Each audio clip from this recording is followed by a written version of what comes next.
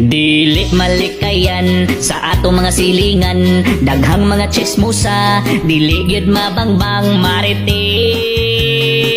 mga walay bilatasan.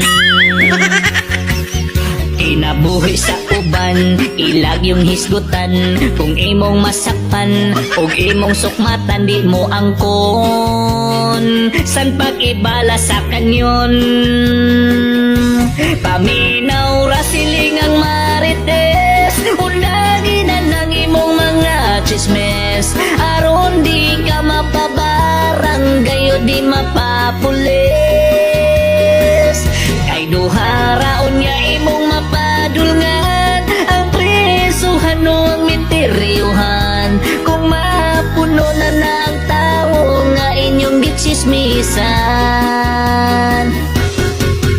Siling ang marites, murag CCTV, 24 oras silang nagasilbi reporter, nga wala gid sweldohin.